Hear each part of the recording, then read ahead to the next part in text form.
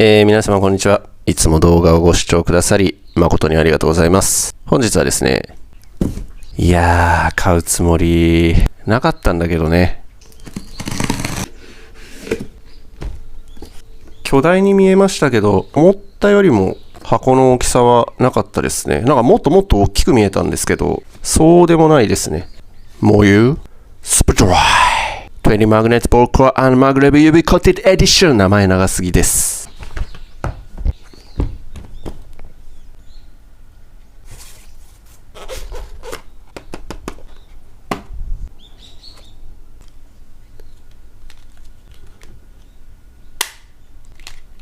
イージー。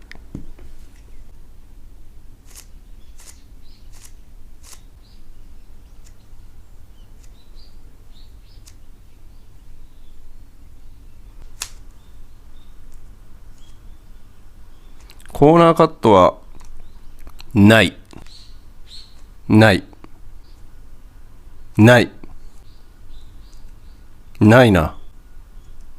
ここでは絶対切れないですね。リバースがない。この辺だと切れてんのかこっちに寄ってこうなってんのかわかんないですけど、まあこの辺だったら切れそうですね。感触は V9 の感触に初期状態はよく似てますね。このレビューの動画での注意点が一番最初に感じた印象と回し込んだ後の印象って結構変わるので、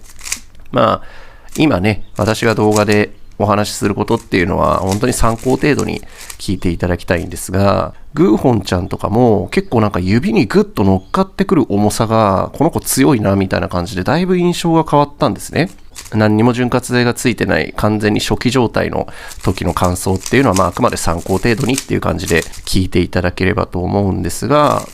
個人的には結構使いやすい。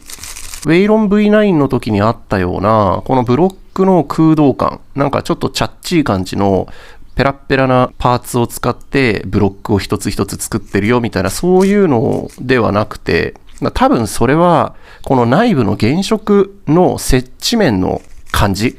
それによってなんかちょっと高級感が出てる感じになってるだけだと思うんですが、どっちかっていうとウェイロン V9 っていうよりは YS3M 系のなんか硬いというか重いというか、なんかそういう感じの回し心地なので、ちょっと指に乗っかってくる感覚が好きって方はウェイロン V9 よりこっちの方が確実にいいですね。全然別物ですね。実際かなり早く回してみたりしないと、コーナーカットとかリバースコーナーカットとかがどうかっていうのはあんまりわからないので、一応ちょっと回してみてみようと思います。やっぱもうここで止まってくれるっていうのがあるので、回転、軽いっちゃ軽いけど別に、でもちょっとぐにゃぐにゃする感じはありますね。コアマグネットのところで全反発状態になっているっていう感じなので、こことコアにもマグネットがこの下に入ってて、ここでも反発してて、ここでも反発してるよみたいな感じなんですが、ガンの12です。重さを測ってみましょうか。あなた体重はいくつですか？ 73.1。あなたは 60 何歩じゃなかったっけ？ 69 だな。4グラムぐらい重くはなってますが、別にわかんないっす。4グラムぐらいだったら。ちょっとこっちの方が確かに軽いけど。回す前にちょっと内部の構造でもちらっと見てみましょうか。はい、RS3M です。モーユーさんポップ耐性強すぎ。磁石がここにも入ってて、ここにも入ってるという感じで、コーナーのコアマグネットが触れるところにしか入っていないんですが、ここにも入ってるよという感じですね。こういう状態になった時に、ここでも磁石が反発してて、ここでも磁石が反発してるみたいな、全反発みたいな感じになっているみたいです。ガンの12です。ガンの12は、この子が一人二役をしていて全反発をしていたんですね。で、ここに磁石を入れることなく、コアの磁石が近かったので、ここに反対の磁極、ここですね。ここに反対の磁極が発生していて、この子で S 極、N 極、S 極みたいな感じで、一人二役でやってたんですが、これは普通にコアマグネットの磁石を入れて、素直に磁石同士の反発で全反発にしてみたよみたいな。まあ機構的にはガンの13なんですけど、ガンの12です。あんまり傷つけたくないから、爪楊枝でいければ爪楊枝でいきたいんだけど、爪楊枝でいける。あ、柔らかいな。2ですね。3、4、5。どんどんへこんでってますね。6、7、8。ベーン。初期状態は一番磁石が強くなってる1で、まあここの磁石を8段階で調節できますよというものです。ガンの12です。内部が原色で、人によってはすごく見やすくなってるんじゃないんでしょうかね。ガンの12です。コーナーの足の部分に鱗みたいな摩擦を軽減するため、または潤滑剤を保持するための模様、溝があります。ガンの12です。潤滑剤はなんかついてるのかついてないのかわかんないけど、なんかちょっとちょっぴりだけついてそうな感じはありますね。そんなもんですか？ここの磁石とかはこの辺についてて調節することはできないですし、あれ俺これ何回転緩めたっけ？まあ総じて言えることはガンの12です。特に珍しい機構は何にもないです。キャップはとっても外しやすくていいですね。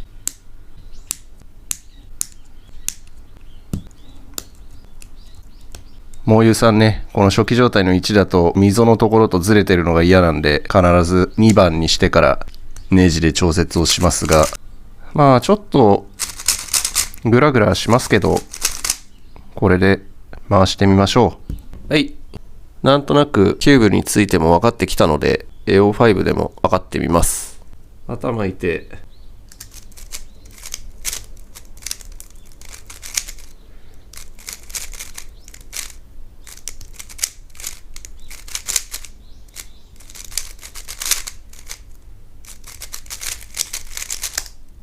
ウェイロン V9 を持ってるから特にっていうか気になりはしないけど、結構これを初めて触った人はブルンブルンしすぎるっていう風に感じそうな感じでしたね。今ソルブしてる時も結構ブルンブルンしてたんで、まあブレーキをかける潤滑剤を入れればこれはなんとかなると思うので大丈夫なんじゃないかなとは思いますが、やっぱちょっと癖は強めですね。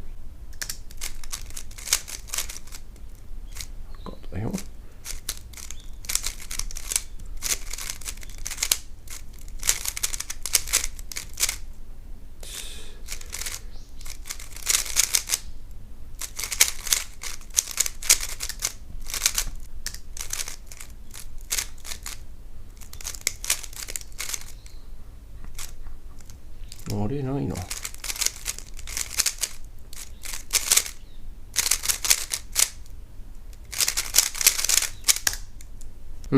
ネジはそうね、締めてあげた方が、でもこれ結構元々の設定は結構きつめになってるはずなんで、緩める人の方が多いかもしれないですが、私はネジをもうちょっと締めたいかなっていうところと、あとは潤滑剤でこのガラガラ感、ピース一つ一つが独立してる感じをこうギュッとまとめてくれるような、そういう調整をしてあげると、回しやすくなるんじゃないかなと思いますね。ちょっと今のこの状態だと、なんかピース一つ一つが独立してる感じで、コアマグネットが入ってないキューブとは違うんですけど、なんかこう結構バラバラしてる感じですね。なんかガシャガシャガシャガシャしてる感じなので、あまりまとまりがないという風に感じますね。頭痛い。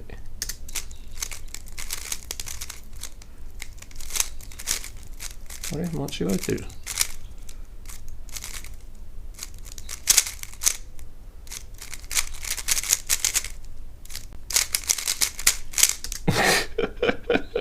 これ今のスローモーションできたらスローモーションで貼っとこう。今のこれさ R2 したよね。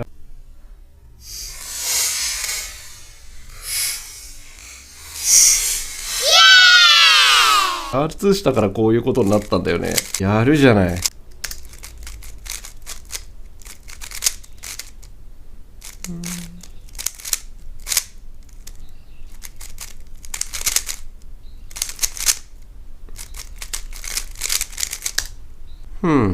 5回測ったかな。はい。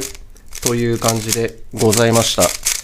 のキューブ自体を使ってみた感想としては、ここの全反発がどうとかっていうのは、そんなになんかメリットを感じませんでしたね。正面にして総括といきましょうか。はい。まとめになります。このキューブ自体はいいキューブです。何にも言うことありません。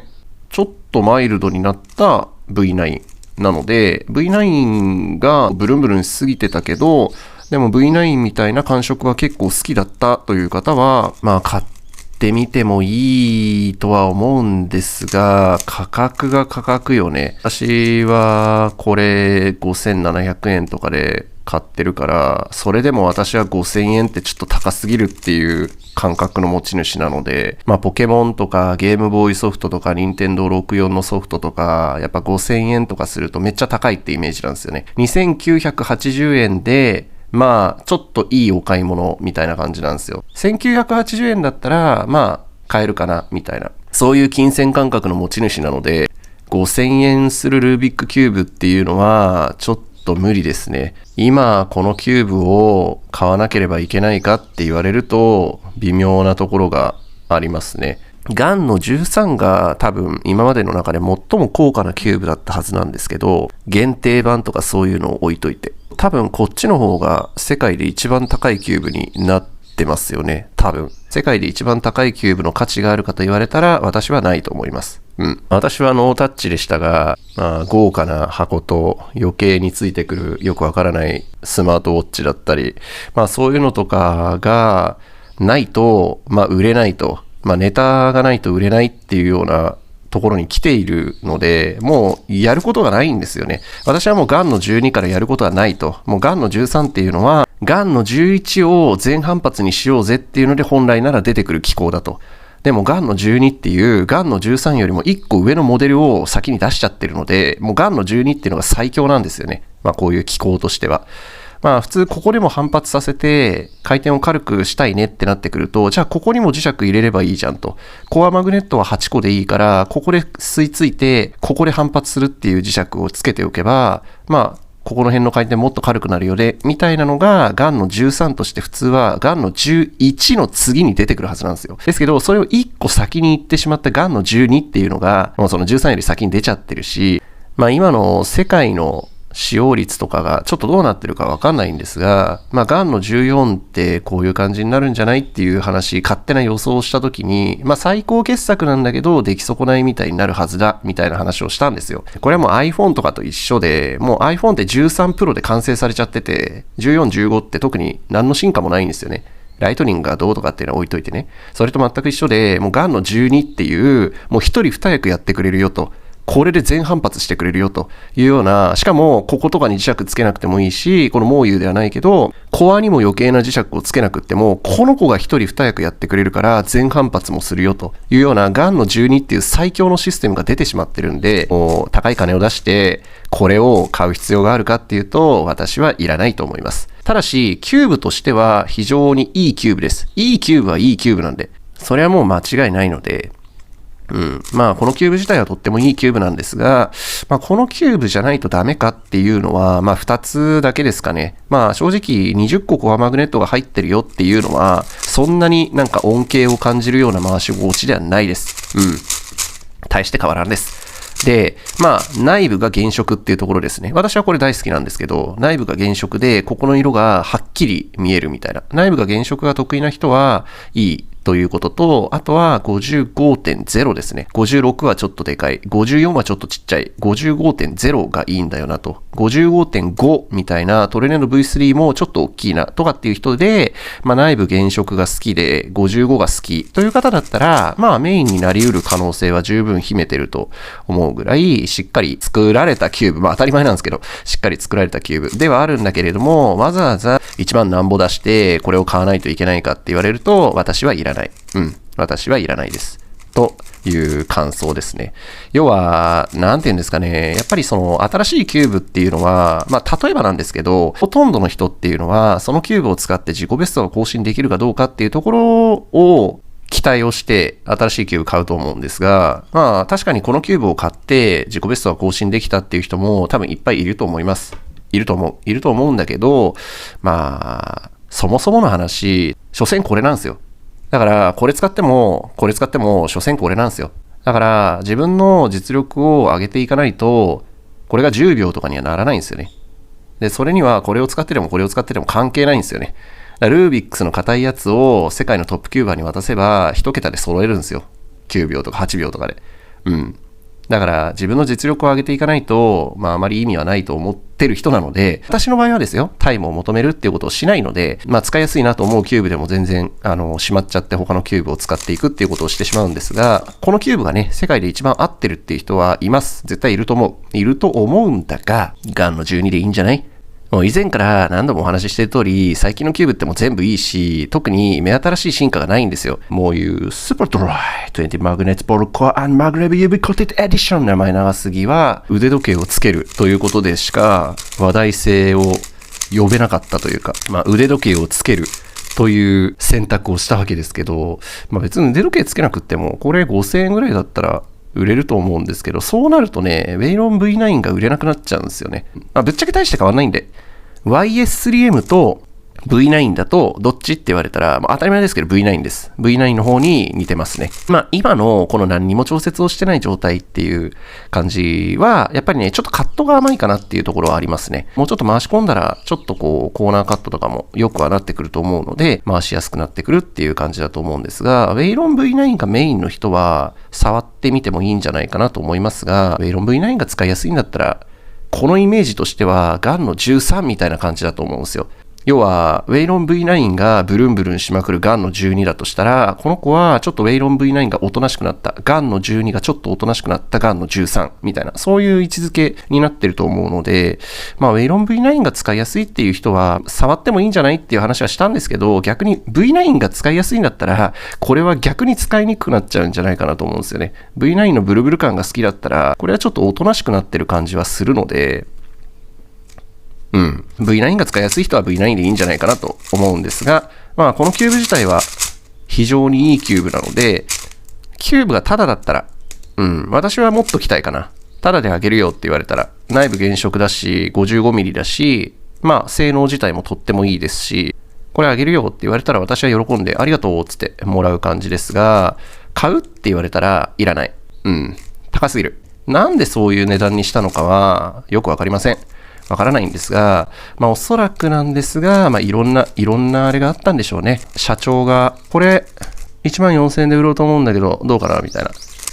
営業部門の田中がですね、いや、ちょっと社長、これは14,000円じゃ売れないと思うんですが、自分に案がありますと。腕時計にしちゃいましょうと。腕時計？はい。スマートウォッチってあるじゃないですか。で、スマートキューブとかも出てるんで、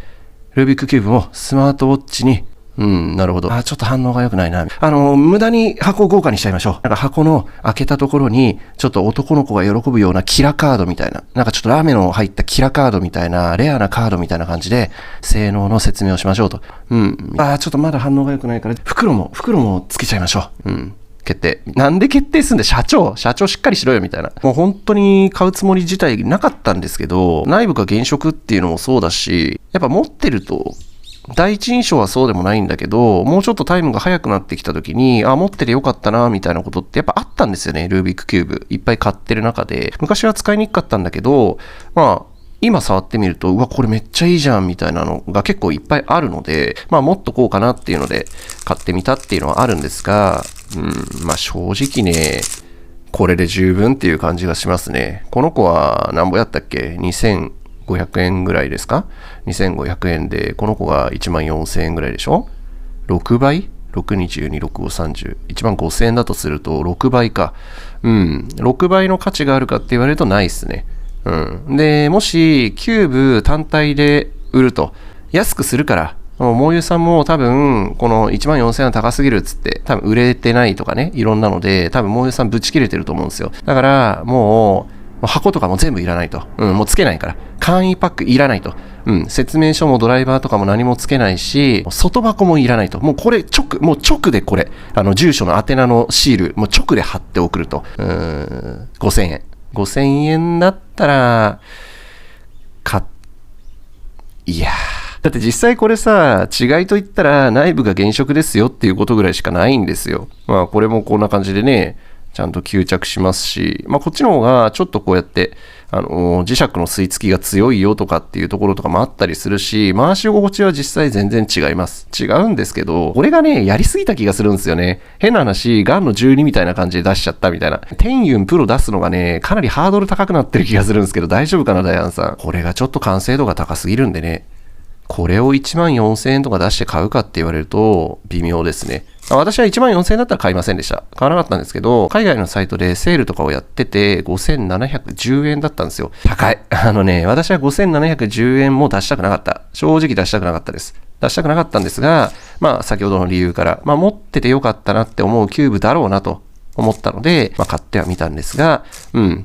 積極的には進めません。他にいいキューブいっぱいあるので、これに高いお金を出すのであれば、例えばこれと、天ユンと他のキューブと潤滑剤とみたいな感じで14,000円をなんかいろんなものに使った14,000円にした方が私はいいと思います。それぐらいなんかこれがその値段を出して買うほどの性能を持ってるかと言われるとありません。ガンの12です。繰り返しになりますが、いいキューブはいいキューブです。非常にいいキューブなので、気になった方は高いお金を出して買ってみるといいと思いますが、俺はいらない。というふうにお伝えしておきます。まあ自腹で買ってっからね。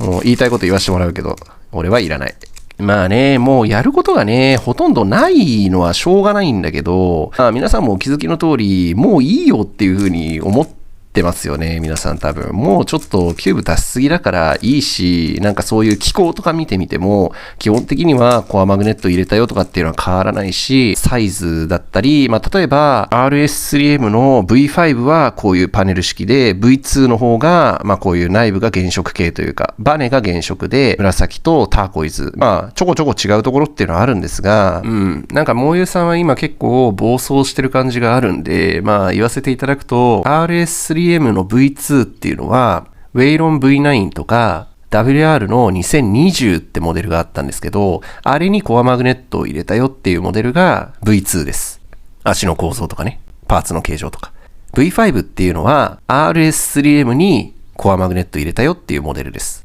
つまり、型とかっていうのは一緒なんですよね。まあ、コアマグネットっていうのを過去のキューブにぶち込んでみたという感じのキューブなので、新しく作られてるっていうのは YS3M だけなんですよね。ウェイロン V9 も2020にコアマグネット入れたよっていうモデルなんですよ。ウェイロン V9 って。そしてじゃあこれはって言われたら2021なんですよ。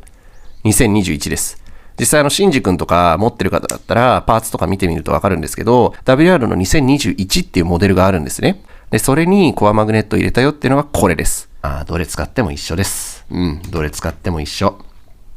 なんで、私は繰り返しになりますが、これは高すぎるという評価をして締めくくろうと思います。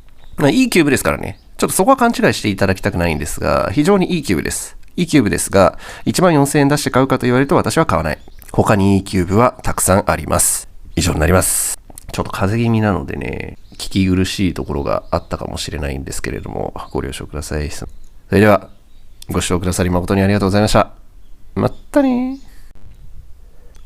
ラメが入ってるような感じの。これは結構かっこいいよね。弾力調整ができますよと。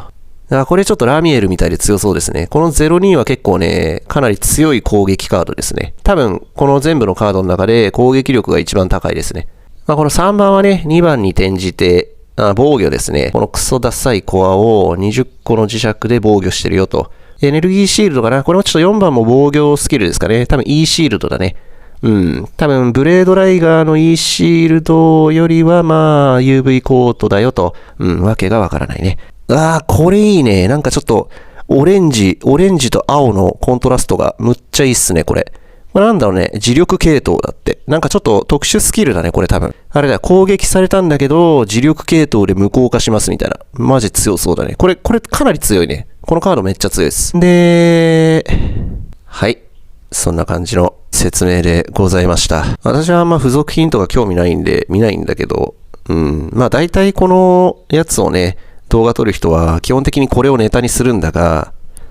無視するね。俺は無視するね。